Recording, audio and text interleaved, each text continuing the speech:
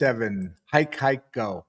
So, as you could tell, I just got through running across the cornfields with my dogs to come over here on a Saturday and say hi to everybody. So I'll get better at this. We'll get higher quality in the editing room because I do all my own production too. Anyway, again, love you guys. Go say hi to somebody. Just wave at somebody. Start there. Just wave at some people. Younger people, older people. I did that backwards, didn't I? Younger people, older people. Just go out and say hi. Let's start. There was a hashtag that Barbie wants to get started. I'll have to look that up. I'll have to look through some of the old films. We need to be pulling together and discussing these items, and not be afraid to have a dinner. What do they call it? Table dinner, or around the dinner table. Politics is a device to keep this country moving forward. I know that all the people in the middle class want this country to keep moving forward. I also know that the politicians we have currently in place on both sides of the aisle, some way more than others, but we have a situation now where the politicians don't want us to necessarily move forward. They want, and our education and our information to be lower and lower so that they can control and control more. They have very perfect lives, really. And these are the things we don't understand. You know, we need to really be able to have the courage and have the patience to be looking at our politicians more directly, with more information. As I've said before, we have a utopia coming, and if we don't have control over our politicians, as that utopia comes, then we won't have that utopia. We will be moved into whatever needs that the country has, without the rewards. This middle class of America has been stronger and done more than my own. I know I'm biased, but than any other. As a matter of fact, all the middle classes, around the world, is what the economy is built on, and we have no say at how that money is spent. You know what? I really want to change that intro video. Yeah, you've seen, you all who have been here for a while have seen, I don't know, I've got like a dozen different ones, but there's two of them that are really they're really the worst production capable ones. But that song in the background that I chose to put with it, that song is so addicting. But, hey, let's get into today.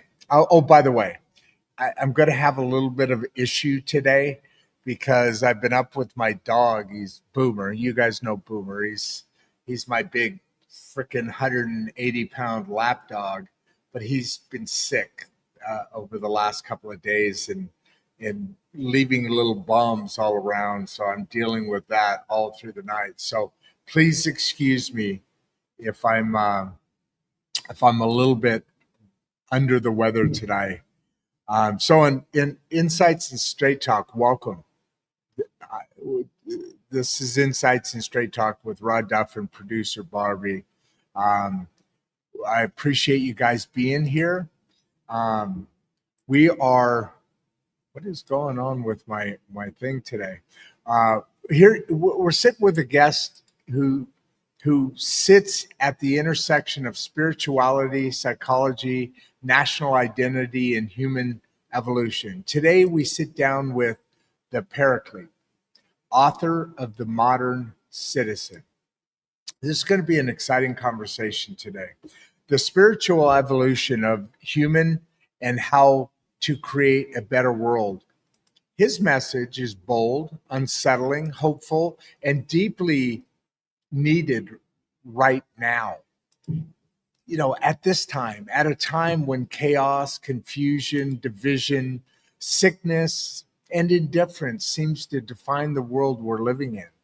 He argues that humanity isn't broken, it's unfinished. We are a species mid transformation, caught between ancient instincts and the emerging consciousness required to build the to build the unified, mature civilization. Hey, hang on just a second here, folks. Hey, Don, can you turn that down just a touch?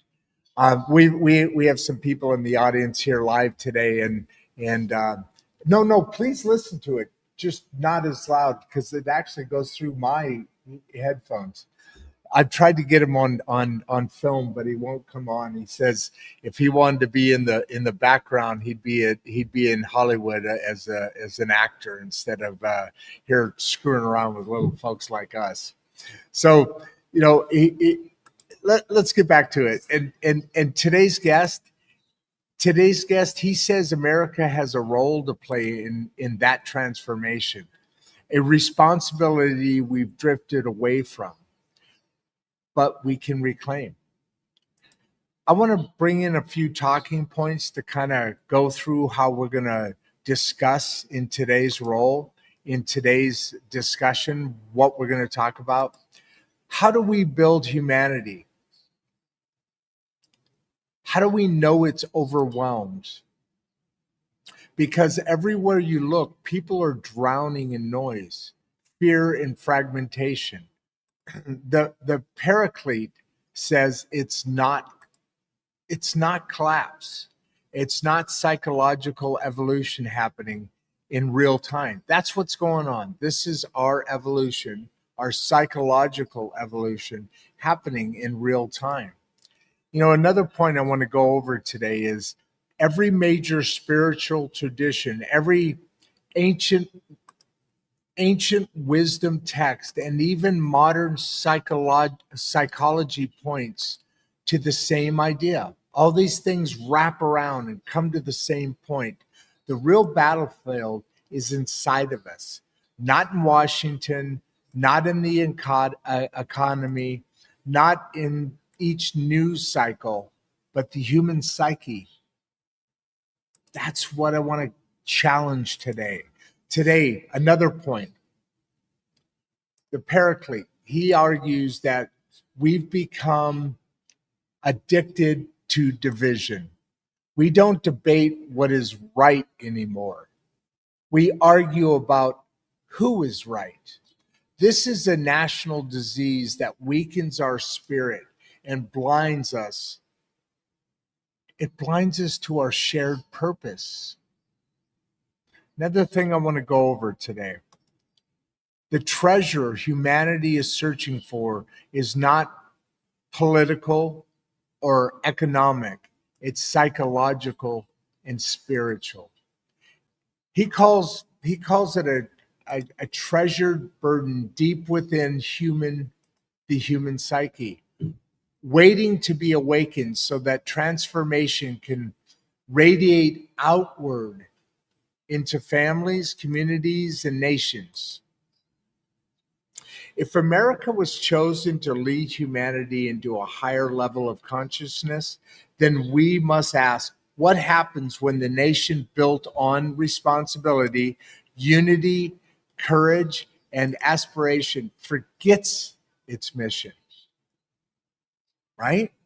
Think about that. Ponder on that.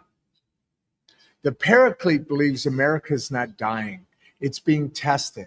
And every test in human evolution forces a choice: collapse into fear or raise into maturity. That choice sits within each of us. Environmental destruction, political chaos, mental health crises, and collapse trust are not, these are not random problems. They are symptoms of spiritual decline. Until we evolve inwardly, our society will continue showing these outward fractures. There's a lot going on right now, folks, and we need to really kind of keep diving down. That's why I've been so excited about this episode today for quite a while, because we're starting to get into some of the things that are fractured beyond our own internal disease. The things that are fractured come from the halls of government. By the way, we have 122 people on right now. Please subscribe. Of course, I need to ask you, like the episode. Of course, if you like it, please do, as well as subscribe to our Substack and welcome today, because this message calls for a merging of ancient wisdom and modern psychology. This is a critical pivot point for us on this show. We're at almost 500 episodes now over the last year and a half. You know, we need a unified approach to being human that helps us move beyond tribal identity and into collective purpose without losing individuality or freedom. Couple more talking points here. The next phase of human consciousness isn't mystical, it's practical. It looks like people who think more clarity, act more compassion, govern more wisdom, and treat each other as part of a shared destiny rather than opposing tribes. There's no red and blue in this world. He makes this point very clearly. America can still be reborn through the unity of purpose, through psychology maturity, through spiritual evolution, through a willingness to step back into the responsibility we were built for. So just to kind of transition into bringing in, hold on, let me go back here for a second. I just want to impress upon the point, and I'm sorry for this very scattered this morning, no sleep introduction, but whether you come to this conversation through faith, through psychology, through patriotism, or simply the desire to understand what the world has become, the Paraclete invites you to look deeper, to question your assumptions, to reconnect with a sense of meaning and purpose that goes far beyond politics and headlines. And we need that today. This episode opens a doorway into who we are, who we might become, and the awakening already underway inside millions of people across this country. Now let's step into this conversation with the Paraclete, author of The Modern Citizen, and explore humanity and America's role in it. With that, I'd love to welcome you to this episode. And as we talked about back in the green room, can you give us a little of your history, introduce yourself? And I'm very excited about this conversation, because this conversation in America is neat. Well, and Europe is probably a little late for, but it could be used there. This conversation in America is needed now, and we have a lot of questions already opening up. How you doing, brother? Good to see you. I'm doing really well, and with that explanation that you gave in the beginning, I don't think you need me here, because you seem to understand the subject so well that I'll tell you. Really, you inspired me to follow your understanding, because it is so deep and important. Well, I appreciate that, and thank you. But at the end of the day, this is a conversation we need to fold out and kind of develop, because I mean, our country, there's so many things, so many different things going on right now.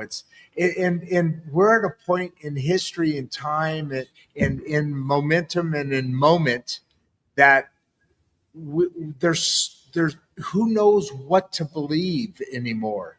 Who Right. knows I mean, we have the media spinning us around in circles on both sides, and Yeah. the media is Yes. actually both sides now. You have to say that, just like if you were sitting in Congress. There's the right side of the aisle, there's the left side of the aisle. The media, today's media is no different. They're either right or they're left, and they're each spinning their stories one way or the other, depending on what the story is that needs to be portrayed that day. Right, right. But we It's need to go beyond that. We need to go beyond Yeah, that. We need to please. travel through the middle, and each side is going to be screaming and yelling, their own point. But if enable for us to be able to have a clear vision of the future that we want, we can't be distracted by Yes. problems and issues that really we have not been able to solve for many, many, many years. Um, the abortion problem. How long have we been discussing abortion? Over what, 60 years? At least. Drug problems. How long have we been dealing with that? And so we need to focus on the goal. What is it that we really want to accomplish? And put aside all the rhetoric and all the conflicting opinions. And from there, we can build a vision of the future for ourselves. Because I have some ideas, but a lot of people have other ideas that might be better. So we need to actually we need a transformation of the whole system. I mean, Yeah, political, no, economic, social, and these are not easy things to do, and uh, there will be some very big sacrifices that we would need to make in order to actually help the United States, evolve to the next level. And yeah, we need to first of all develop a plan, because I see a lot of YouTubers and influencers criticizing so much, criticizing the government, the wealthy. Well, what are we going to do? Are we going to get rid of these people? What are you going to do with the government? We need the government. We need the yeah, wealthy. no, We need large no. corporations. So yes, Let me jump in just a second here, and as you're going along, and as I told you real quickly back in the green room, every once in a while I want to make sure and jump in and maybe hover for a minute and expand on that, a that's subject. good. You got to stop me, because when I get going, I just keep talking. Hey, that's my job. I'm the referee. I'm the guy in the stripes on the sideline going, whoop, hang on, 1st and 10, go that way.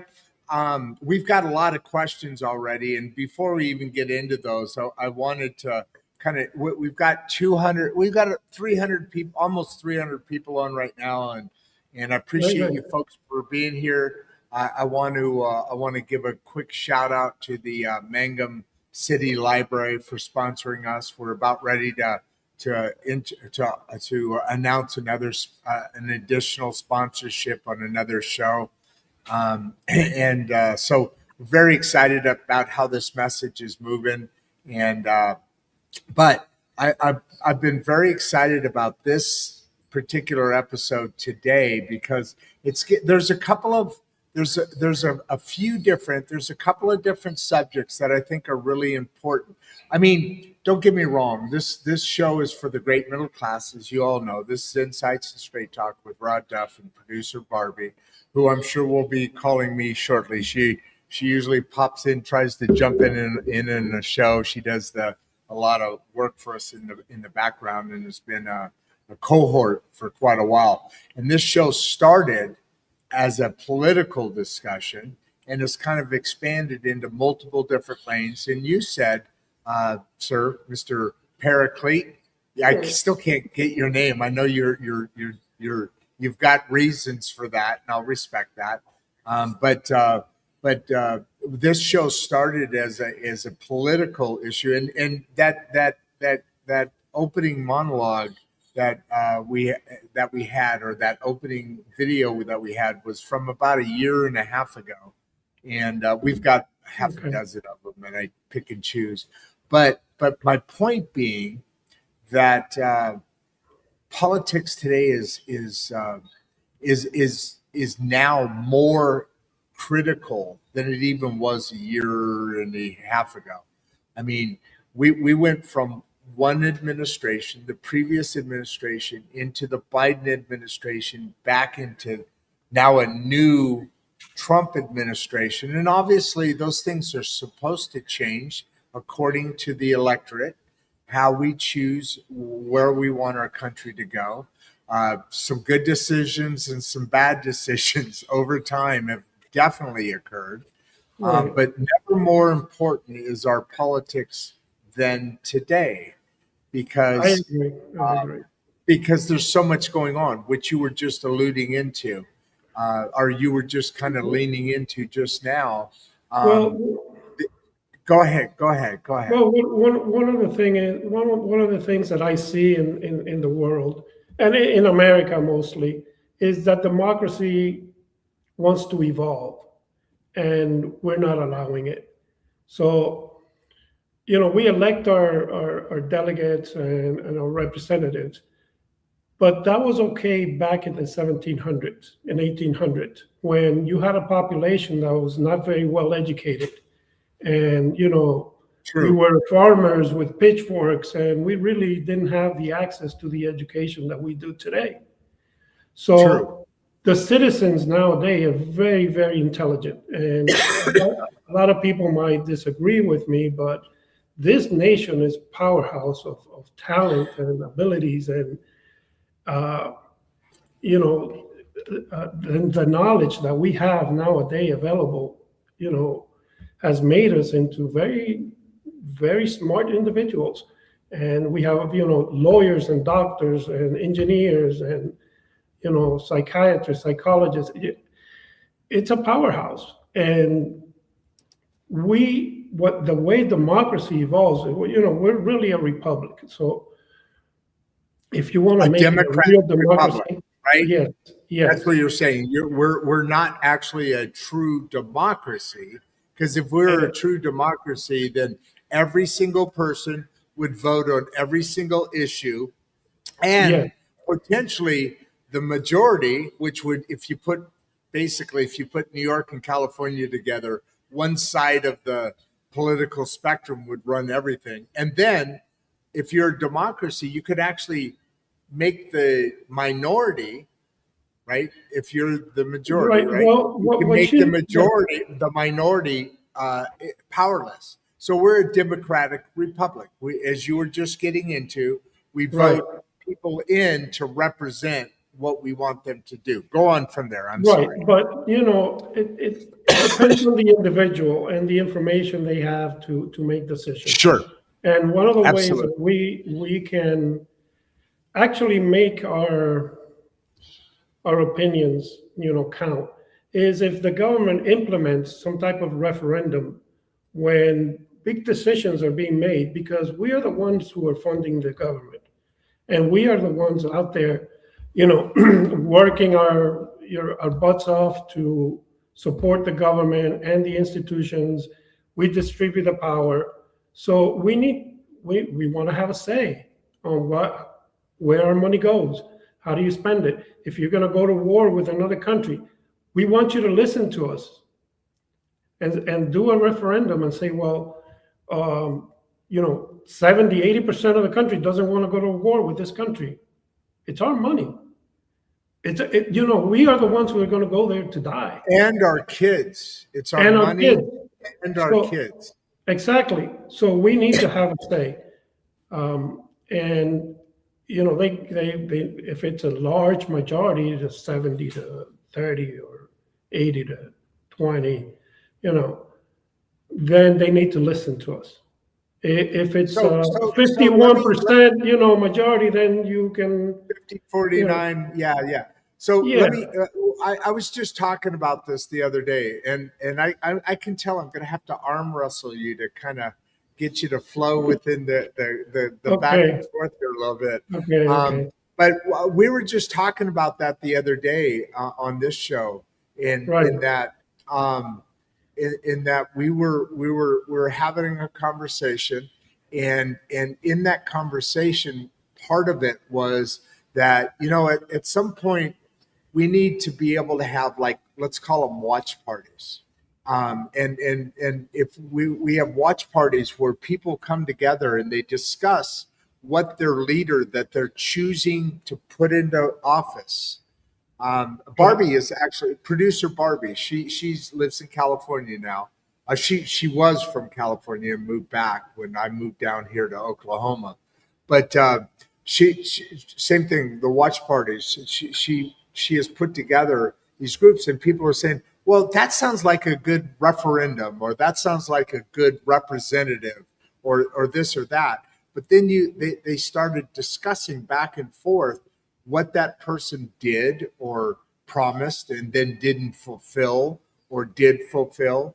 And so that whole thing became a moment of, we're actually going to look at what representative actually is worthy of us putting them into office.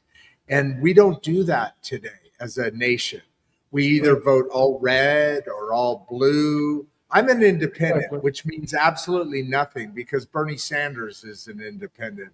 And right, although I'm very much in the middle, he and I are still way far apart on a lot of things. I'm not necessarily agreeable to everything that Trump's administration is doing, but I do believe in trust and verify, uh, right, because no matter who the leader is, we want them to be successful. However, we've got to make sure we put the right leaders in the right positions, and we don't do that as a democratic republic. We don't do that today. Our founders were elites. They were the people that right, everybody hates today. However, what our founders did do is said this: everything must be for the people, by the people, and of the people. right, Right? They right. put this. And They and put and this to touch on magic that, bullet. and to touch, since you touch on the founding fathers, we need to get back to the basics of why this nation was created and how it was created. Because when you go back and you listen to these people, they mention something that we overlook nowadays. They talk about divine providence. Divine providence was the reason this nation was created and why they Expand were on that. successful. Expand on divine province, And please. that's yes, I will. And that's why this nation was created. We were created to bring about and unfold a divine plan for humanity. And they understood that. And they even put it in our symbols where they say, in the pyramids there it says, he has smiled upon our accomplishments. So that deep faith that they had is something that we need to find again, because otherwise we're not going to be successful at anything, constructing a new system or a new America. So it needs to be back to the basic, the roots of why this nation exists. And from there, we'll be able to accomplish the things that we want to do. And we'll be really amazed at some of the accomplishments uh, that we will be able to create. But without it, we're lost. We keep fighting with each other. We keep neglecting our responsibilities towards the society. We keep thinking so much about ourselves and how we make a living and how to make this country wealthier and more powerful. And it's not about that. It's about distributing the wealth and the well-being throughout the world. First in the United States, because we shouldn't have, So people what does that struggling. look We like? shouldn't have people struggling. What does that look like? What is redistributing to you? A What is world, redistributing the wealth look like? a world of prosperity, a world where we have reached a point in time in the development of humanity where there's abundance of everything. We have There is. abundance of food, of money, of technology. There shouldn't be a reason why anybody goes without, because there's so much of it. But let me back you up a little bit, because I totally agree with you. I don't know if at the end of this part of the conversation we're going to be on the same exact lane, but I do agree with you 100% that we live in a world of abundancy. I talk about a utopia coming with AI, Right. where costs of goods and services are going to be coming down and down and down to where nobody should ever live with what we consider the poverty limit. The poverty line. Nobody should live Right. below that. Right now, I think that poverty line is somewhere around, for a family of four, is like $43,000. The average income in Louisiana is like $34,000. So Right. that's obviously there. And yet still the Congress, the Congress, when a congressperson comes into office, their budget for office furniture is $47,000. So Imagine that. what you're saying is 100% accurate. Now, Right. what I kind of jostle with people about, when they talk about redistributing wealth, they talk about the billionaires that they don't need so much money, so they should, or millionaires or whatever. Right. Millionaires really aren't really that wealthy anymore in today's world, especially if you live in certain places where the cost of living is ridiculous. But Right. my point is, we spend, and producer Barbie actually made me aware of this. We spend as a nation $16.7 trillion a year. And that's traditional, going through history for a while. I mean, you got to change it according to the annum to what the dollar's worth. But basically, what we're spending now is not uncommon. It's been going that way forever. But you know what? There's abundance. I bet you if we spend half of that, the U.S. government would work just fine, and there'd be half of that in the people's. There'd be half of that. There'd be $8 trillion in 300 million people's pockets. What would that do to distribution of wealth? Is that where you were going, or were you going another direction on? Well, like I said, yes, it has to do with government, and we need to. I agree with you that we have to shrink the government to a point where waste and corruption. I think waste and corruption is most of where those dollars go, not just people. Just waste and corruption. And I saw recently an episode with Elon Musk where he was in there in the government, and he was asked. He was asked. You know what? If you had full power to do anything you wanted to with the government, what would you have been able to do? He said, "Well, I would have cut the budget in half, and we would have gotten more accomplished than we do now." And I believe what he did with Twitter. Look what he did with Twitter. Right. Look what he did with Twitter, right? I mean, everybody called him a maniac. Yeah, and I believe that it can be achieved, because government should be like a referee to the economy and to us. They shouldn't be, directing everything. They should be like the referees and protectors of the country. And that's about as far as they should go. Everything else should be with the economy. And these big, huge institutions need to be more socially conscious.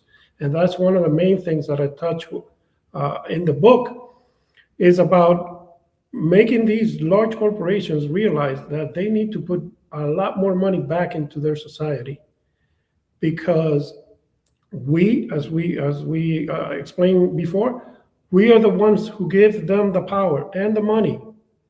And we don't give them that power and that money so they can go and spend it in $200 million yachts and 3-4 Rolls Royces and Lamborghinis. They can still have some of the best things in life, but man, you need to put back into your society, because we are the ones who are supporting you, and we started supporting you because we believed in you. And now you come back and just rub all this luxury stuff in our faces, and we don't like that. That's not why we want you. That's not why we put you there. We put you there because we want you to help us help humanity and the United States evolve and become a better nation. So the way to start is through consciousness, trying to help them understand their position in this society, so that they can hopefully, have a change of heart and say, well, yes, our company is going to put in 20% of our profits back into the community. 30%, whatever it is. A lot of people think that's unrealistic, but it's not. What does that look like? Let me ask you this. Well, to you, what is that? Because if you're looking at different products, a manufactured product typically has a margin, a profit margin of 30 to 40%. So a widget costs $1. 70% of that dollar goes to employees, to taxes. You realize that the top 1%. Hold on. Let me finish the topic for a second. Right now, Mondavi, right in New York, is talking about taxing the wealthy, redistributing wealth. In other words, moving away from our socioeconomic system, capitalism, into more of a socialism. Communism is something different. Socialism is redistributing wealth. Everybody in America is a. Let me finish this up. Is a communist, because if we have family, you have kids. What do they need? We give it to them. What do you need? We give it to them. What do you need? We give it to them. Socialism is more like everybody in our society. We give people a little help, redistribute some wealth, and then you go out to the national, and it's like, fuck everybody out there. We don't know them. So that's where capitalism, or I should say, communism, fails back. So you're talking about socialism in a sense here. Or maybe straight out. It's not socialism. It's not about socialism. But if you're redistributing wealth, you're taking somebody's earned income and taking it away from them and giving it to somebody who really had nothing to do with it, and giving it to them. That's what you're talking about. Right? Well, what I want you to understand that this is not something that, like Mondani is doing something like that. It's through the government. Okay. What we need is to inspire these very wealthy individuals to have social consciousness, to understand, okay, not by force, but to understand that we need their contribution to society. We should have free education in America. And that's not socialism.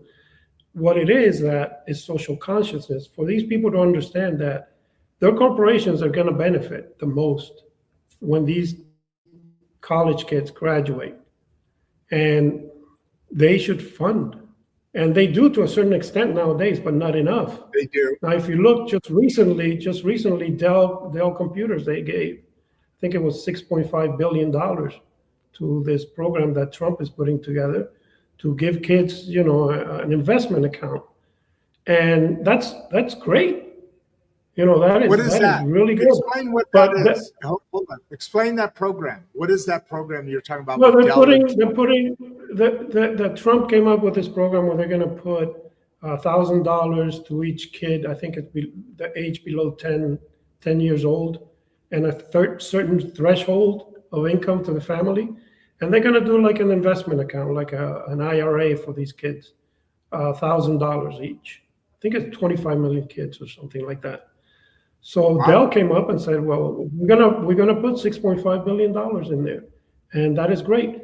But what we need is more people doing that, and not only once a year, you know, throughout their lifetime. We need them to do it every single year. They need to implement a program in their companies that is for social development. And we should, as a nation, we should request that they do this, because when you come down to it, and you realize that the multi-billionaires of Rockefeller, the Carnegie, towards the end of their life, they realized, what are they going to do with all this money? And they Right. just started giving it back and giving back and building institutions and of learning and everything else. Well, you don't have to wait till you're dying to do this. Let's do it along the way and create a much better society. And you know, like I said, education. How any kid that's approved that gets into Harvard should be able to go to Harvard, no matter if the parents are middle class or fairly wealthy. They should have free education. They should. It. How can I say that? Our most valuable asset is the young generations. So we should invest in that. We should put money in that. You can't tell me that there's not enough money to protect my kids when they go to the university or high school or junior high school. You can't tell me there's not enough money to put a police officer with an AR in every single door and exit of that school, to have snipers around the schools, okay, to protect our kids. How can we allow our kids to be shut up in the school when they're supposed to feel safe? And you're telling me there's not enough money for that? I'm very angry, because Oh, there that's is. that There is, that but that's our future. That's no, but, you're telling me you don't have money to protect our kids? Come on. but here's the thing. Here's the thing. So you brought up one good point. The leaders of large organizations, totally agree. I like that concept. Like you said, Dell is giving, what'd you say, $8 billion or whatever it was to Six this and a program. half or something like that. Yeah, it's a lot of money. Whatever it is. Yeah, Yeah. absolutely. And that obviously can be a regular thing. But then you went right into the schools, and you talked about Harvard. Um, and you realize Harvard has I think an $8 billion trough money that they have within their own system that has been given Right. to them over the years. And what do they spend on it? So I think you're onto something. I know you're onto something, obviously, here. The leaders of large companies, they have their things that they need to do. We need to hold accountable uh, these institutions like Harvard, like Stanford, like UCLA, like Sports teams. Texas A&M, on and on and on. Sports They have teams. all this We need to money. be on They top have of all them. this money inside. Well, it's not even the sports side of things, because there's that's its own money maker. But there's also what people give to. I mean, Harvard isn't making money off their sports organizations. They don't have $8 billion in their troughs because of their sports. It's because people give them money, and our nation, our government gives them Right. money. Right. And what do they do with it? They have guys go onto girls teams. They aren't doing Right. what's best for our country. Whether you're a trans fan or not, put that aside, doesn't matter. That has nothing to do with why Harvard should have money. It should be putting people up on the roofs, protecting people, making sure nobody gets shot. It should be Of making course. sure that family out of Compton that has the brilliant kid can get into to Harvard. That's what it should be, but it's not, is it? Right. like I said, education is one of the most important things that we have, and the future, it does belong to our kids, so we got to protect them and we got to educate them. That's all we need to do, and we're not doing it properly. And No, we're not. they should have the opportunities, the best opportunities in the world. And if a kid, is it gets accepted to Stanford, Harvard, or Cornell, whatever, they should be able to go there for free without having to worry about, taking a loan for $500,000 and paying it off, trying to pay it off for the rest of their lives. And what are those kids going to do when they graduate and they start making, $300,000-$400,000 a year? They're going to put money back into the system because they also appreciate what the country has done for them. So we got to instill that type of mentality in the nation and in everybody, and it's pretty much what John F. Kennedy and his brother were talking about. We got to look more towards what can we do for the country, how can we better it, instead of looking out for ourselves. Let me ask you this. So Dennis Jim, he's got an interesting question here. We got about 8 or 10 questions here. I just want to sprinkle a couple in while we're talking here. But Dennis asks, it's a fascinating topic, which I agree. And your approach is different. Is got a bit of a quirk to it, which is interesting to me. But he says, fascinating topic. Do you think America is truly ready for a spiritual rebirth? Because what you're talking about now kind of has that feeling of spirituality, that coming from the inside out, somebody who is more spiritual should be looking to give back to what they received. Right? Am I kind of correct there? And yes. We are more ready now than ever before, because you can feel it, you can see it. People like you, everybody you talk to, they're very worried about the conditions of the United States, and they see that we need a transformation and that things need to change. So we are ready. We are ready. So what do you think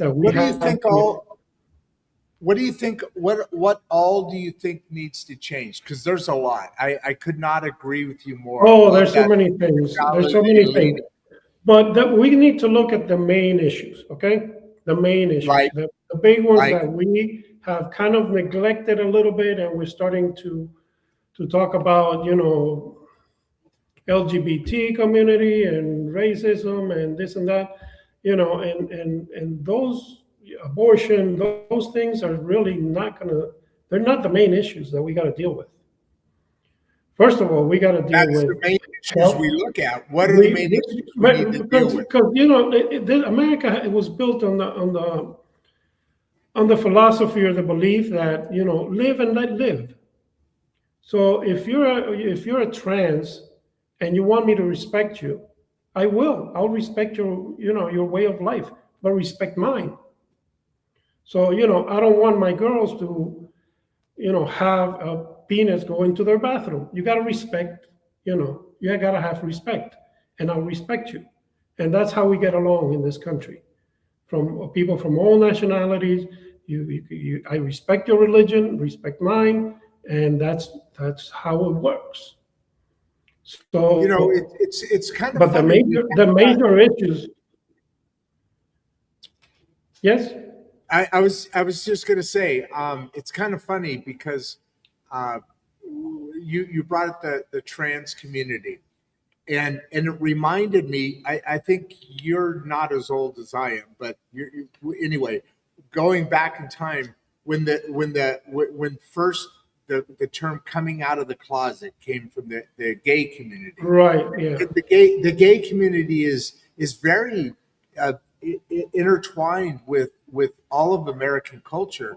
But when they first came out, they came out abrupt and hard and strong, and you've got to you've got to come to me and be all about me and all about, and gay pride. Well, they needed to fight for their rights. They needed to fight for their rights. So they fought for their and they rights. did, and Then they got their rights, and everybody amen was to like, them, because everything's cool. Everything's cool. Just don't, like you're saying now with the trans community, it's be trans, be what you want, but don't force me to be something other than I what am. you want to be. Well, right?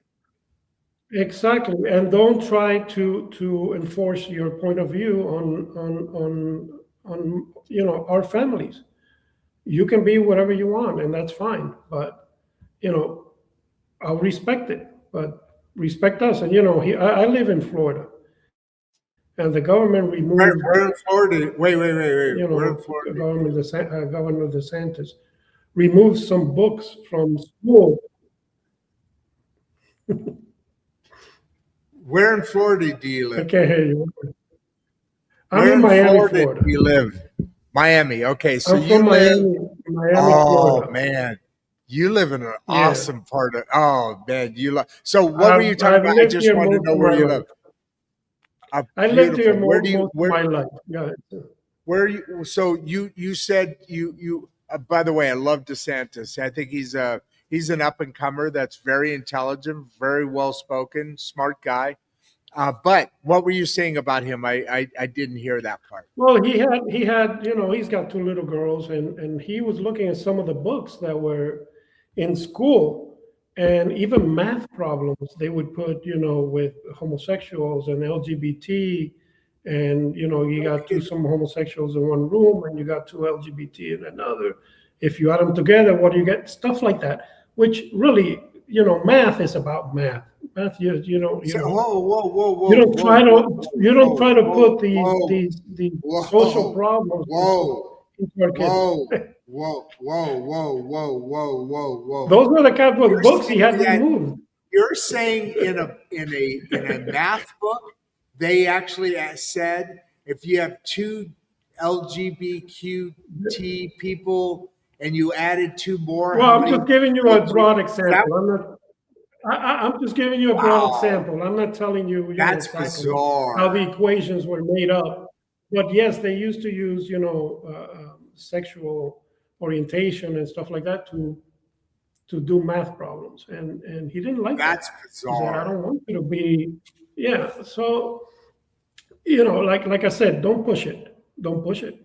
Just, respect me, I respect you, and that's a mentality that keeps America. It keeps us from eating each other alive and fighting all the time. So, well, you know what the government wants to keep us in our own boxes. They divide and conquer. well, Right? I mean, that's I hear so much conspiracies and things about our government, and really, I think we should focus on something else. We should focus on inspiring the people that are in our government and making them realize that, to stop the corruption, and if they are doing it, to start giving some money back. I think we need to raise their consciousness so they can understand that they're there to serve us and not their lobbyist friends or large corporations. And we need to, because these people went into that profession because they believed, I think, from the beginning that they were born to serve, your nation. And just like, Teddy Roosevelt, when he came in, he was like, public service is the most important, part of a person's life. And that's what he did with his whole life. So let me ask you this. Let's go into Danny here. First, we need to inspire them. We need to try to make them realize that we need them to help us, because we need the help of the government. We need the government. But the government needs to concentrating all this on these that the government is bad, that the government is going to hurt us. Government is trying to, keep our designed. I think they just don't know what's happening. They have no clue on what the American people want, and and how to guide the nation towards a better future. And they look towards us, and all we do is criticize them. So we need to figure out a way to tell them, listen, this is what we need you to do for us, and reach out to them. And hopefully most of them will, come to their senses and start working with us. If that doesn't work, then you have other options, which are a little more, should I say, radical or stronger, which, always, you got to always keep in mind that it has to be done peacefully. Because if you try to negotiate with the government or institutions and they don't want to help out, you need to, start changing that in a peaceful way, because it can get very nasty.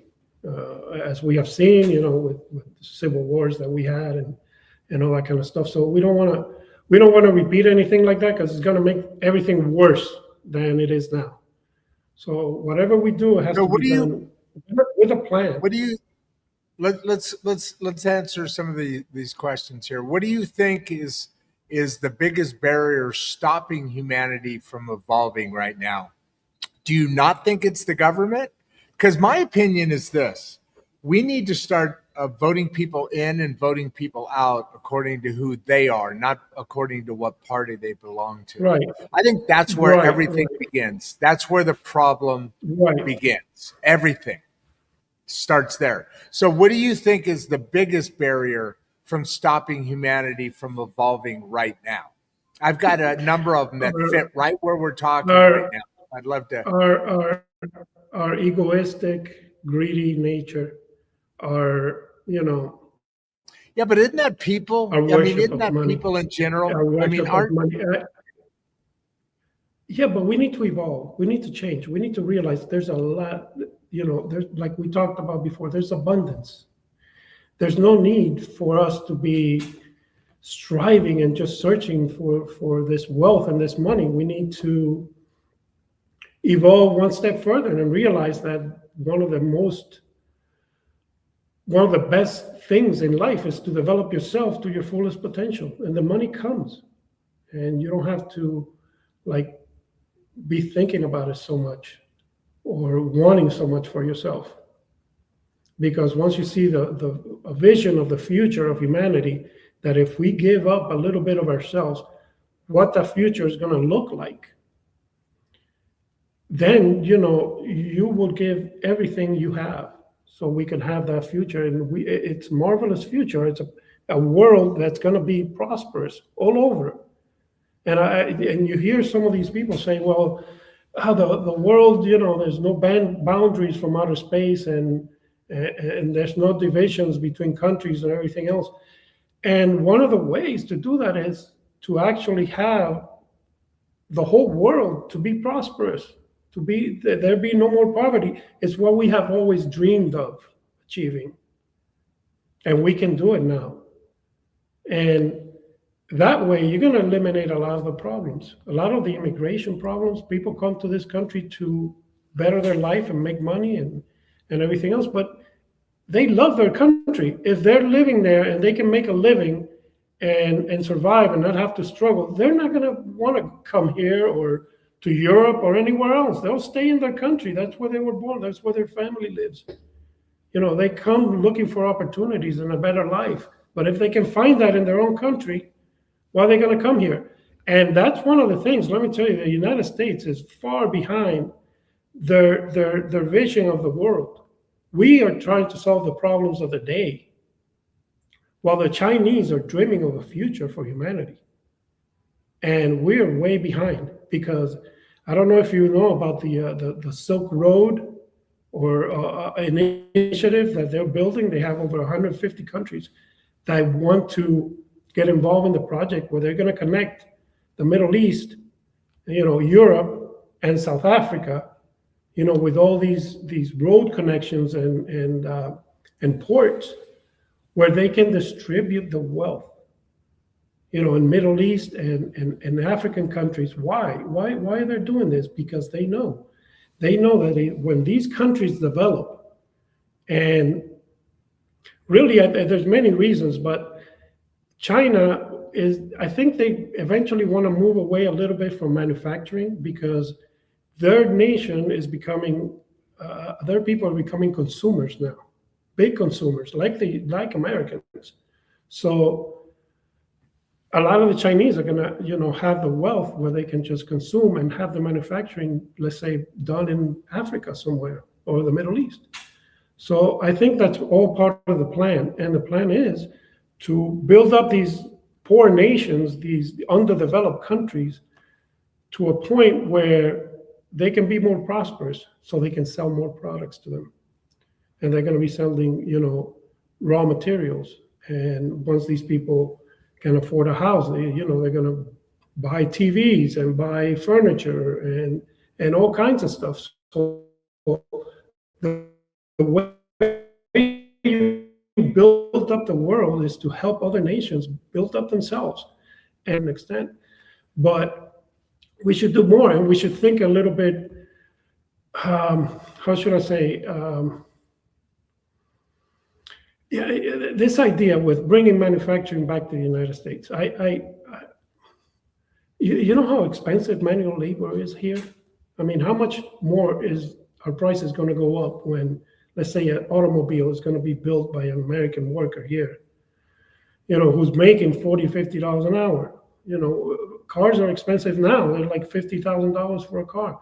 Well, how much of it more are they going to be? $60,000, $70,000? So I think you should instead of bringing manufacturing here, we should, the way we build the world is with a system that has been created by these Chinese.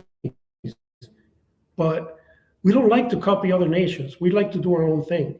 But we should realize that these people, what they accomplished in 40 years, has never been done in the history of the human race. It's unbelievable. Hold on. Dude, Yeah. Stop. Sorry. So you're saying I told you I get going and I get going. Yeah, I know. So just follow the lead. What you're saying then is that the Chinese in the last 40 years have accomplished something that's never been accomplished ever in the world. Is that I'm not quite sure I heard that, because the reason I asked that, let me finish. Shh. Because the Chinese, what you just described, they're now becoming consumers. You realize that America did that in the 20s.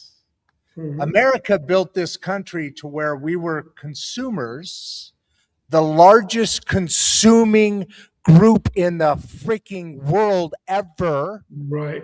In the 20s, where you're saying China is just now starting to become that, but they have Xi Jinping, who wants to be the world emperor for all of time in their way, because he's not allowing them to actually have a voice. He kills tens of millions of people who are Christians. I'm not supporting the Chinese government at all. Hold on, let me finish. We should be more like China, is what you're saying? No. Please don't tell me you're going down. No. Far from that. Well, that's what it sounds like you're saying. No, you misunderstand me. Yeah. We should learn. We should learn to take the systems that work and make it work for a benefit. It doesn't matter where they come from. Not political system. Not political. Like capitalism. That economic system. Like capitalism. I have people that used to deal with Chinese products, and they used to buy Chinese products 40, 50 years ago. And the Chinese were riding bicycles. Huh? Yeah, no, I do business in China. I've done business in China for decades. It's a bullshit place. You look at the front along the street, and everything's perfect and beautiful. And then you go around the corner, and everything's Chinese made. It's crap. It's copied. They're spreading all over robotic. The world. What it is, they're spreading all over the world. and you can't, Oh no, they're you can't trying to. overlook this. Yeah, you can't overlook it. And what I'm saying is we went through in the Industrial Revolution. It took us, almost 100 years. They did it in 40 years because the They did it automation after nowadays. us. Hold, stop, stop, stop, stop, Wait, stop. wait, but Okay, hold on. I've got to call you out on certain things. So okay, you can't. I wrote this poem called "An Old Man in His Shoes," and in the poem, I just sent it out a couple of days ago. But in the poem, it talks about moving the shrubs and the vines and the wickery out of the path for others who could follow, so they had an easier path.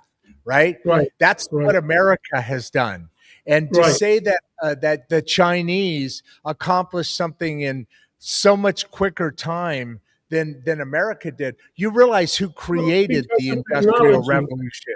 You right? realize who Yeah, created the Industrial Revolution. It was America, right? I right, mean right. that. So the rest of the world, it's I like saying the understand. Chinese can do a 4 minute Listen, mile now. I'm not supporting. Hold on.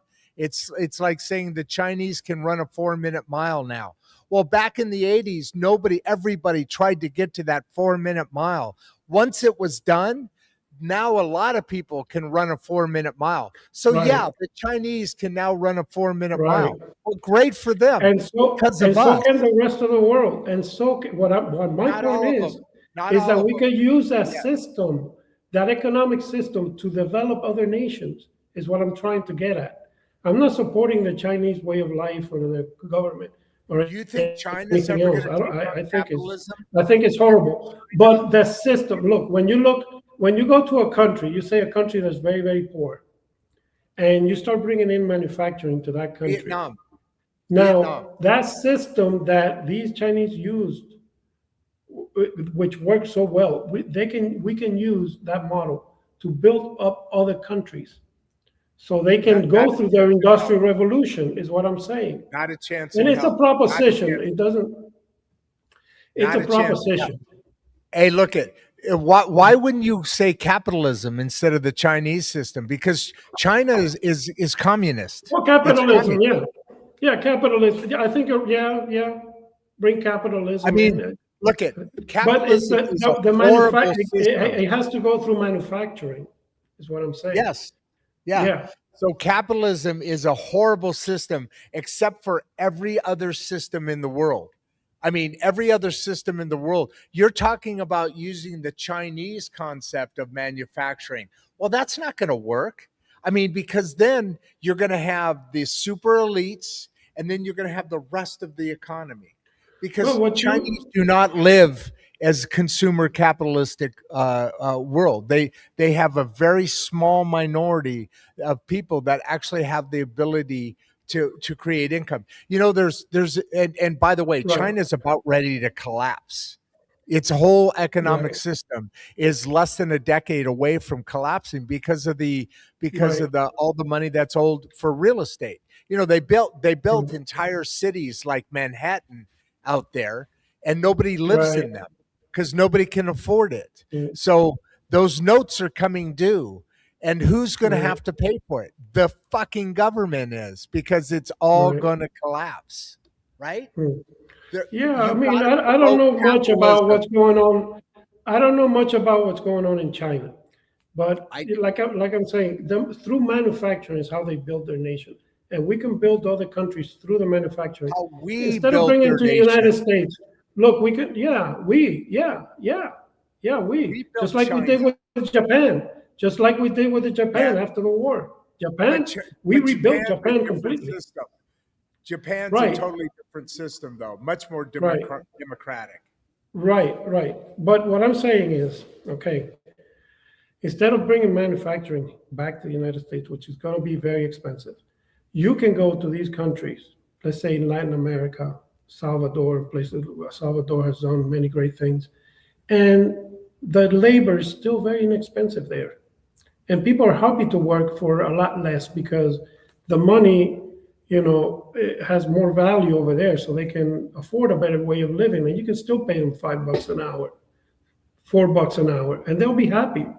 because Slave as labor. opposed to having as opposed to them having nothing right now, very few opportunities, they're going to have the opportunities, and those countries are going to flourish, and those companies are going to be, more favorable towards the United States of America, and they're going to be very grateful. I think we should help a lot of the countries on this side of the hemisphere instead of concentrating so much about the Middle East and everywhere else.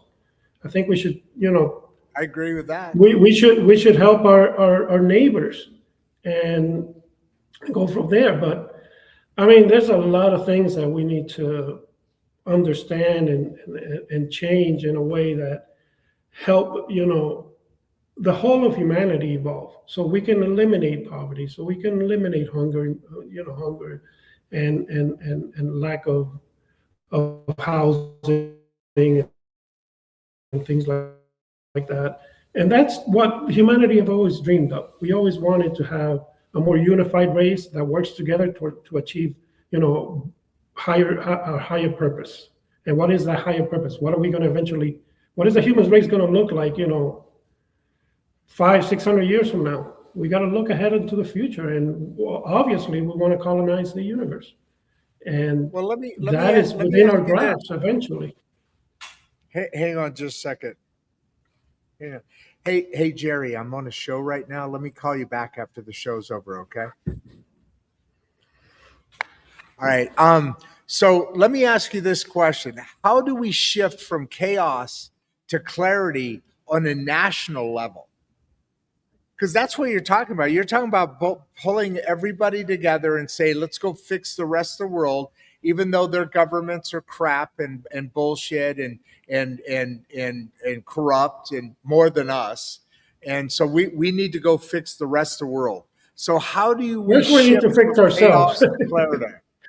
First, Okay, we so need to how do we fix shift from ourselves. that? How do we do that?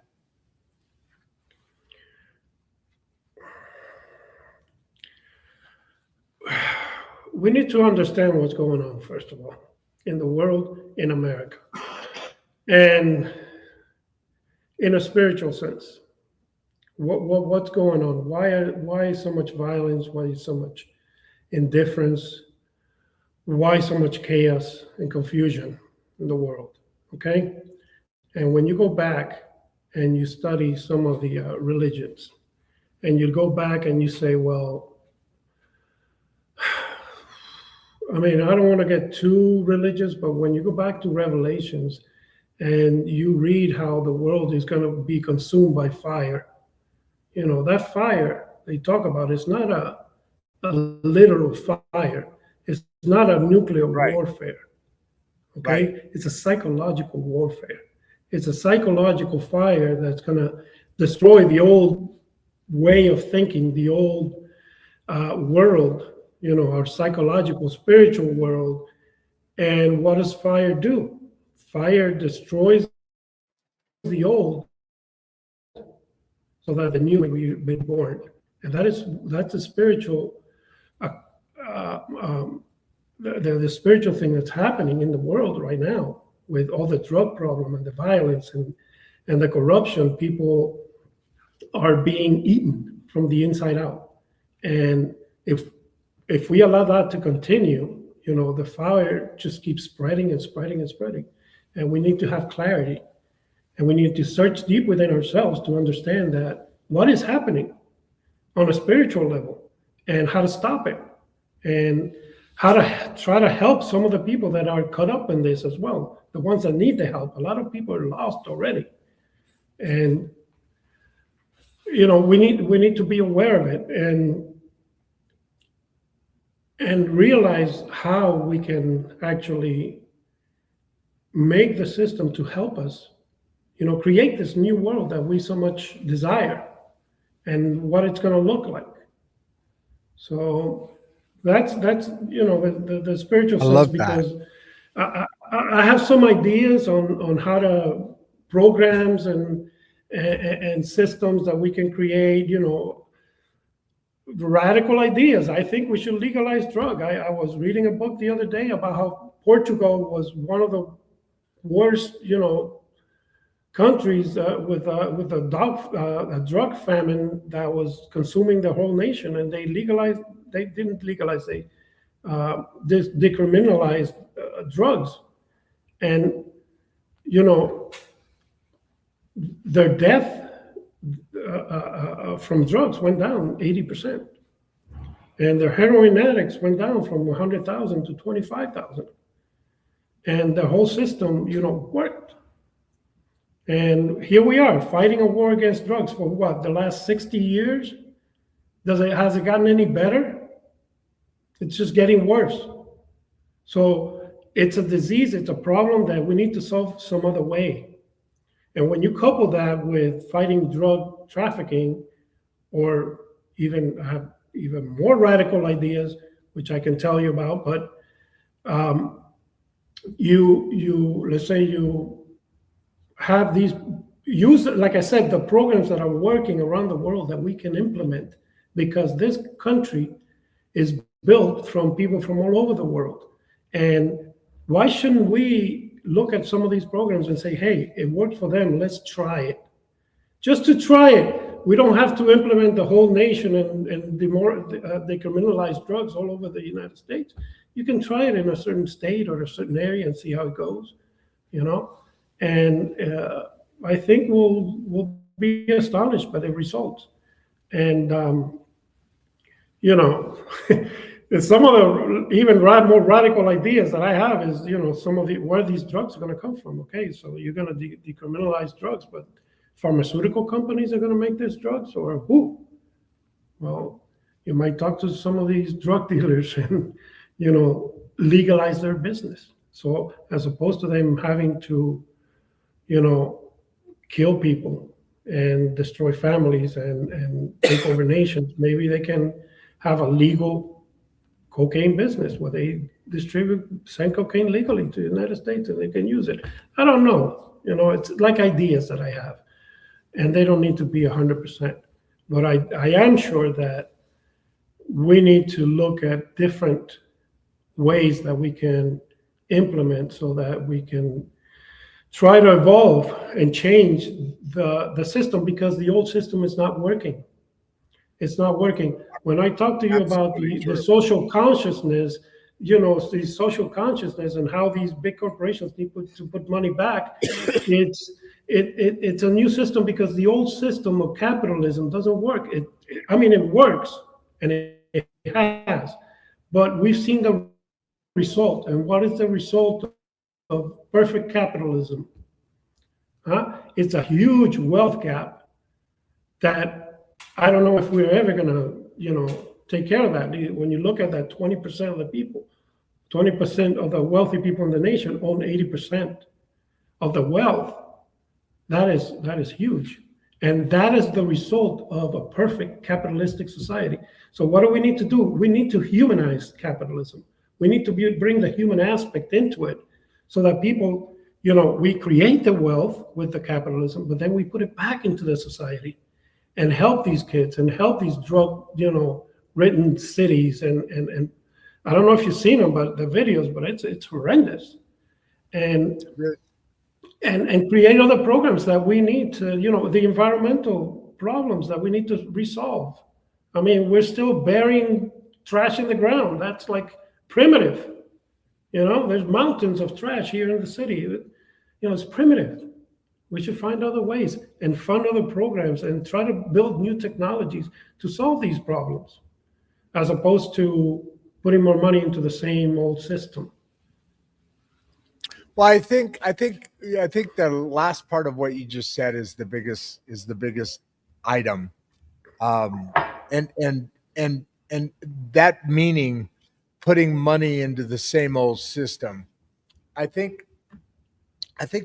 putting confidence into the same old governmental parties is where it all boils down to. I know you're reaching out to different moments, different aspects of society which are affected and are affecting our societies. But I think if we pull that curtain back a little bit further and expose the people who are running different aspects of our lives are really where that correction needs to be made. Yes, Because yes, at the end of the day, I agree with you. Our government should be only about protection, freeways, infrastructure. right, Protection meaning the police, the military, and all that. That's right, that's really at the end of the day where a government should stop its boundaries. That's where its boundaries should end. Is right. is And making sure those that areas. things go fairly, is making sure that we play a fair game, No, I don't think. and then No, corruption, no, no, no, no, no. Because the biggest corrupt agency in the world is our government, and only followed closely by probably the European governments, and Right. China leading it all because that's pure communism. Well, we When you need to we kill need to see, when you because the kill corruption hundreds is of millions collective. of people because they're Christians and the government's doing Yeah, that's not somebody we want to look to as being a right. spotlight of where we should be headed. But let me ask you this. Yeah. So you talk about the human consciousness, and I agree with you. And what signs do you see where it's actually, let's go to David here, where the human consciousness is actually rising? Where do you see that? Where do you see that evidence coming from? Well, if you talk to people, and there's like, you see it in people where they are not satisfied. Like we are talking about this now, and so many people are watching, and I've seen many shows in social media and everywhere else where we criticize the government, where we talk about it, and it's growing in our consciousness. It's growing within ourselves where we realize there's a problem and we need to do something about it. And we're starting to talk about it now. And that needs to lead to action. So we got to put a plan together so we can actually do something about it. Because talking about it is not really going to solve anything. It's a good start, No. but we need to put a plan together where we say, well, we're going to target, health insurance industry, or we're going to target, sports team, and talk to them and say, listen, we want you to put back into society such a percentage. You negotiate, and and then we can, negotiate and maybe help them realize that they need to help us out because we're going through a very hard time in the United States, and we need these social programs to help us, become a better nation. And so I see the most people feel it within themselves, and we got to realize that this world of spirituality and higher consciousness is just as real as the physical world, and it influences, the things that we do. And when we are in touch with that, we can tell when things are when we are in trouble, or when we need to make certain decisions to change our lives. We do it in our own personal lives, just like we do it in our own personal lives. We see it and we feel it in society. And that's why and it's something that's been with me, not just now, but my whole life. Um, always knew that I was like meant for something to help humanity in one way or another change and become better, because I've always looked at the positive aspects of the human race, and the potential that we have towards greatness, and it's a message that was implanted within my subconscious mind, and it's really gotten to the point where I can't contain it anymore. And I've tried before, but I can't contain it anymore. So I need to get the message out, and hopefully enough people will listen to actually make a difference. excuse me. And I talk about it in the book. I talk a little bit about my life, some of the life experiences that have shaped the way that I think and I view the world. And yeah, I mean, I decided to call myself the Paraclete because doing some deep, psychological self-reflection and trying to really identify who I was, in regards to what I wanted to do in the world. And I realized that I wanted to be an advocate or a helper for humanity to achieve a better future and to advocate this divine plan that is in place if we want it. So, the Paraclete also means the spirit of truth. So I try to speak Guys, the truth whenever I can. And I mean, always. But it's why I chose that name, because it's who I identify with. And I think a lot of people should, if you're into spirituality and religion, and there's so many of them, you should choose a character from that particular religion or myth and live it. If you are Christian and you're looking towards Christ as your leader, well, be like Christ, live your life as Christ, and you will personify Christ in this lifetime. And that's what the Bible talks about bringing Jesus Christ back. It's not talking about somebody coming down from the heavens in a white horse. It means you let it grow within you, and then you create millions of Jesuses, millions of Buddhas, millions of Martin Luther Kings, millions of Gandhi in the world, and that's how it transforms. So that's the process. And yeah, I mean, that's the plan. That's the divine plan. that is beautiful, my friend. I absolutely love this show. I love your message. I love what you're going. I can't believe we've already gone an hour and a half. It feels like 15 really? minutes. It's just popped by. We've got 400 people on, and your message is amazing. Any last final comments before I wrap it up and put you in the green room here? What do you want to No, well, leave? let me show my book, because I do have a book. No. Also, one other, it. absolutely, yes. One other thing I want you to do is also put in the private chat. I don't know why you can't put it in the comments, but put in the private chat, put in your contact information, because you know how it is. A month from now, a week from now, a day from now, an hour from now, somebody's going to come on and say, "Damn, I wanted to ask the Paraclete this something," and unless I'm watching it, I want him to be able to contact you directly as well. But yes, let's talk about the book for a minute and your closing comments. You got 400 people here, your new fan club here, additional fan club. Why don't you put in your contact information and tell everybody what you want to leave them with? Okay, I gotta see how I do this here. Should be on your right side, I think, on the right side or the left side.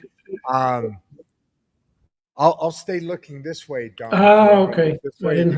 I've got a photographer here now. I've got somebody taking pictures, and I can never miss out on a beautiful shot here. So okay. So Mr. Pericles, what do you got for a closing statement for us? Yes.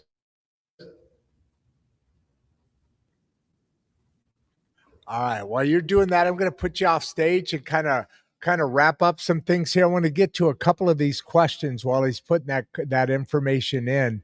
How can we merge ancient wisdom with modern science effectively? Well, I think basically what he was getting to in there, and something I thought was very fascinating is you've got the ability to use wisdom, which has been around for a long, long time. I mean, we look back at, your gut instinct. How long has people been talking about that? That's not even ancient wisdom. That's just more modern wisdom. You look back at stories that your grandparents and your elders before them told you and how to address issues and situations. And all those truths are still so true. And it's important that we understand how to manage ancient wisdom, which is still very much real today for today's society. As he was talking about it at a number of couple moments there, you've got to be able to step back and want moving forward the wisdom of the I'm having past trouble with to this. be able to bring us to the future. What's that? Did you get that information in yet, or you want me to give you some more time off stage there? Oh, you're frozen. I think we lost you there, brother. I'm losing you a Hey, little bit there. yeah, you're You're breaking up. breaking up quite a bit. Did you Yeah, put in the Did you put in the I information for I the? didn't. I didn't. It's asking me to log into YouTube and do things that I right now. No, no, no, no, no. I don't Don't know. go into the comments. Don't go into the comments. Further down, it says private chat, the very bottom one on there. There's a little thing that says private chat. Type into there your contact information. While you're doing that, I'll get a couple more of these questions. You see Oh, private chat at the private, bottom the there? private chat. Okay. Yep. Put your contact information in there. He can still hear me, so I'm gonna let him hang out in the green room. Just don't touch the green peanut, the green colored chocolate covered peanuts. How can families help support the awakening process? Well, I think it all begins in the family. It all begins at that moment, at that point. But your family has to be healed. Your family has to be whole. And a lot of this stuff kind of goes back in, and I hope you're listening, there, Paraclete, because our regeneration school program or project is a project here in Mangum that we're looking to.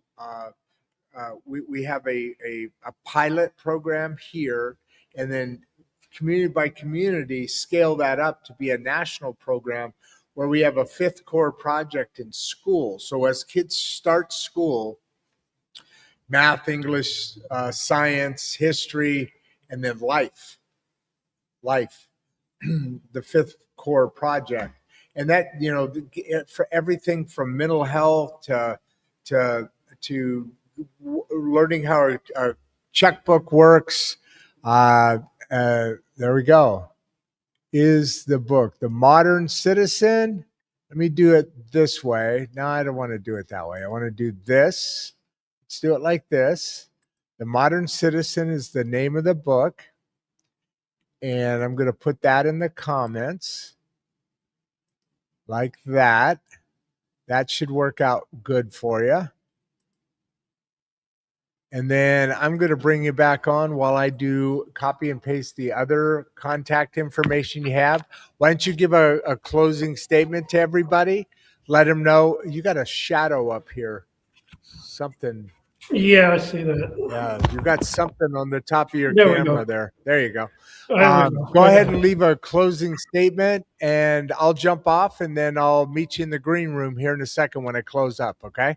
Very well. Thank you, Rod. Well, very, very grateful for the opportunity to be here. Thank you, Rod, and all your guests. I didn't expect to be so many people here, and this is the first podcast that I do. And um, changing my life and what I used to do is part of the past, and I'm Wait a looking second. forward This your towards very first helping. podcast? First Wait, this is your very podcast. first podcast? Yes, sir. Very All right, first then podcast. I won't harass you so much because you were not cooperating very well, and now I understand why. Yeah. so, Well, so go ahead.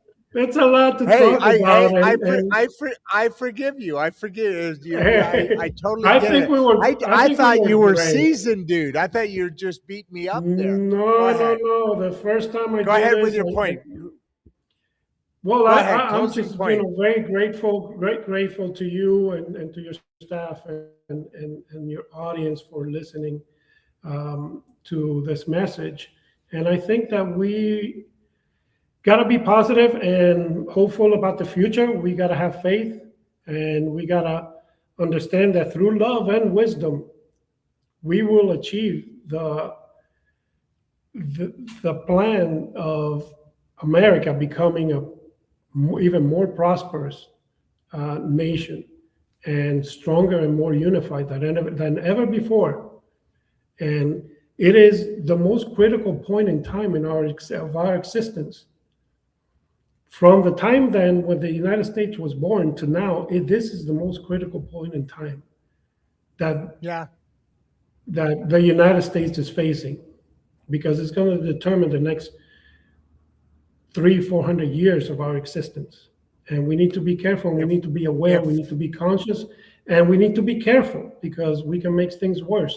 And feeding our anger, violence, or hatred towards government, the wealthy, and everything else, that's going to create more chaos. We need to find a way to unite all of us, the government, the wealthy, the middle class, so we can achieve this transformation. And hopefully, with the guidance of the divine, once again, we will achieve such a transformation. Thank you. That's beautiful, man. Give everybody a big wave. You've got 350 people here listening to your comments, and I appreciate it. So Let me much. close up. Let me close up, and I'll see you back in the green room in a minute. All right, brother? Okay. See you on the other side. Thank you. Love you. Love you too, brother. Yeah, that was awesome. Let me hit a couple of these questions real quick. But before I do that, I just want to comment to his closing remarks there, because they were pivotal, and they were important, and they were prosperous. At the end of the day, hating our government, hating big business, hating putting hate out there and to people within our own system, our own government is anti-productive. The energy going out obviously is more harmful than the actual activity that you're hating against. So I couldn't agree with you more there, Mr. Paraclete, on that aspect, and I think that there's a lot of ways to address that, and to go after that, and to work on making improvements within a system. But I think at the end of the day, it really comes to his point. It comes to us all needing to come back together, as a unified great middle class. What I would then call the giant great middle class. Because once we come together and we aren't separated by men versus women, black versus white, brown versus white, this religion, Christianity versus Islam, or Judaism, or on and on and on. If we keep allowing ourselves to be divided into, separated into, so on, into different boxes and different groups, we're never going to have the utopia. We're never going to have the perfect union that we've all been promised, and we've all been aware of for most of our lives. The great middle class is having more and more difficulty, more and more challenges, more and more going on each and every day. And we're living in a world that's moving faster than we can catch up to think on. Let me just hit a couple of these questions, and then I'll wrap it up for the day.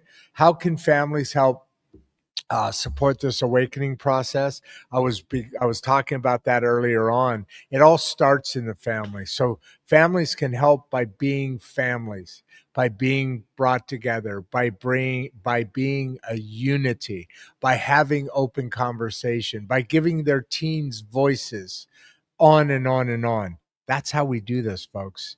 What does spiritual maturity look like in everyday life? It's simply this. You live by the word of God, or by of your higher power.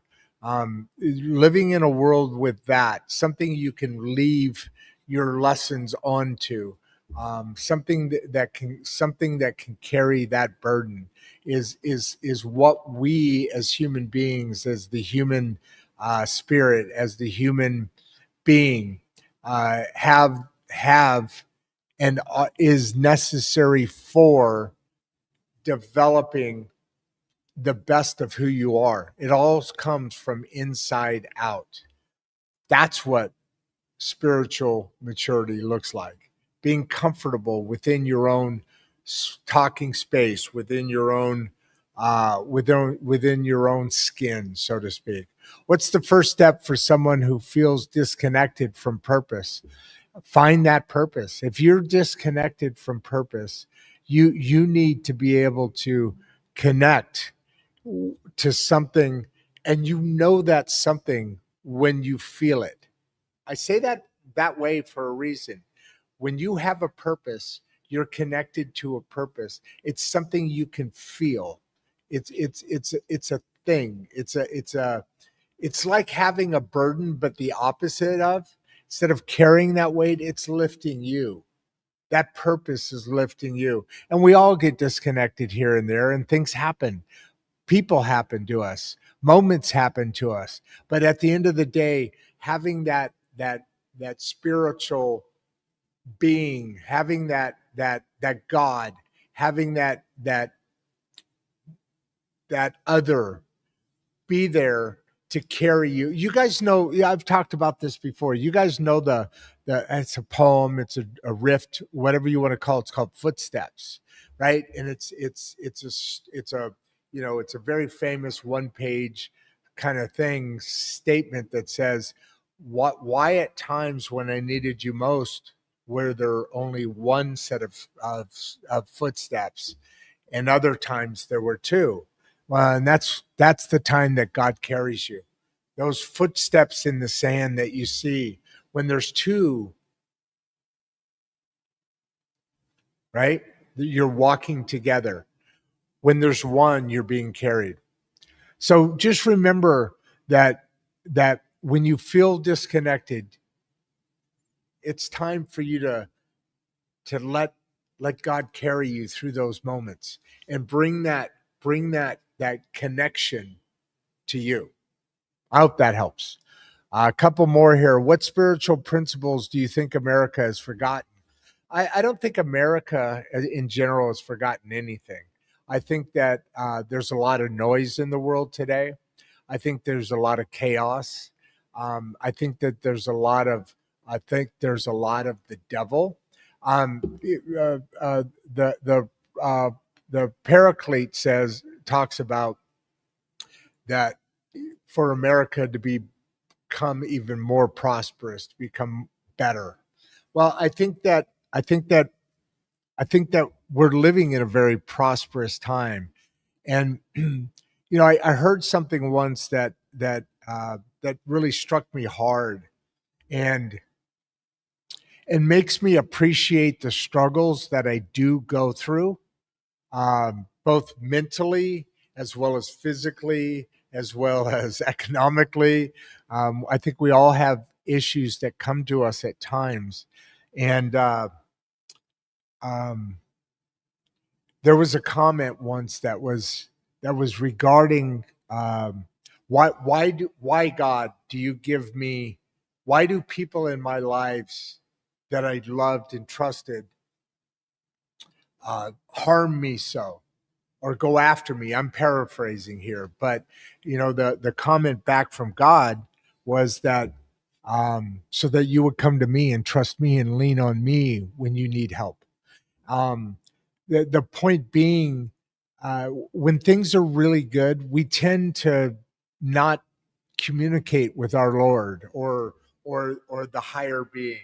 We tend to, that's when kind of the devil comes into our space. You know, when things are good, we start acting a different way, and we start, our priorities start changing. You know, you a couple of questions ago we were talking about spiritual maturity. That's something we all need to continue to build, even when you're there at that moment, and when you have Christ in your life, then you have that moment. But then as things get better and better and move forward, you need to still be in that moment, and you need it's like, God is nothing more than your father, your dad, right? Your dad wants nothing more than you to do better than he did, right? And so your dad, no matter whether he does it right or wrong, and God is perfect, so let the similarities have their restrictions, but your dad is the only person who ever wanted you to exceed and excel and do better than ever or any other before. It's same thing as God. He wants you to do better. Now, when you start doing better, when you're in trouble, who do you go to? You go to your parents when you're a kid, right? But when you're doing really good, you go party, right? You go do things differently. So you've got to remember that we all need a lot more work and purpose in this world, and there's ways for us to make those things happen, and we need to make sure and spend more time on those things and on those purposes. So as far as the spiritual principles that America's forgotten, I don't know that we've forgotten any. I think we ignore all of those spiritual principles. I think back in the day, rhetoric was evident and available then as well. Meaning spiritual rhetoric, over the top stuff. I mean, my God, we burned witches back in the day. Uh, so not everything was exactly perfect then, but what we did have is we had more of a foundation of what spiritual elements were in our lives. So I think what we need to do is get back to moments in time when we're more grounded and have the ability to really look at what is real. Our gut instinct needs to come back and be more prominent. Thanks for sharing your vision. How can communities practice collective purpose? Why don't I bring you back on, Parasite? I'm sorry. Why don't I bring you back on for one quick second? Why don't you answer this last question for David, and then I'll let you go. Okay, what's the question? It's thanks for sharing your vision. How can communities practice collective purpose? 2 minutes. 1 minute, Okay, 50 seconds. the plan is that communities need to come together and look at the businesses around them and find out what they can do for them, what they can do, what can they contribute to that community. Okay, and we need to look at professionals individually, large, small, medium businesses, and say to these people, listen, but we need to form groups that can do 30 this, more seconds. and actually demand from these companies more social consciousness to help the poor and the homeless and mental illness and drug problems and all the and education and all the things that we need to get done, because it's not all about the money. It's about the prosperity of the nation, and that's what we're looking for. And if we keep hugging that money and hoarding it, we're not going to be able to get anywhere. And that's how these individuals will become the leaders of our society, and we will appreciate them more, as opposed to seeing them driving around in Lamborghini or Rolls Royce, that's not what we admire. We admire what you can do for the society. And we're going to love you the more Beautiful. for doing that. Beautiful, my man. Thank Beautiful, you. my man. Thank you. Big wave. Bye-bye. I'll talk to you later down the road. Thank you. Okay. Thank you, Rodd. Thank you. So beautiful, beautiful story. It looks like everybody's starting to dive off here. So I'll wrap it up. I appreciate everything. The Paraclete, beautiful name, beautiful book. You've got the contact information right here for his email address, as well as the Modern Citizen. That's the name of the book. And you can pick that up anywhere you Amazon and so forth. But please give them a holler, check it out, and subscribe to our channel. Hit up our Substack at Insights Straight Talk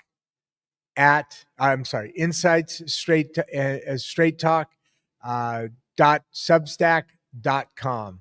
And with that, I am your host. Hang out for after the outro, and I'll do one of my goofy little things again. And now let me hand it over to producer Barbie. Why? Because I'm out. Before you leave, if you'd like to watch another one of the podcasts, click the first link in the description. We love having you here, and we appreciate all your support. And with that, producer Barbie and I are out.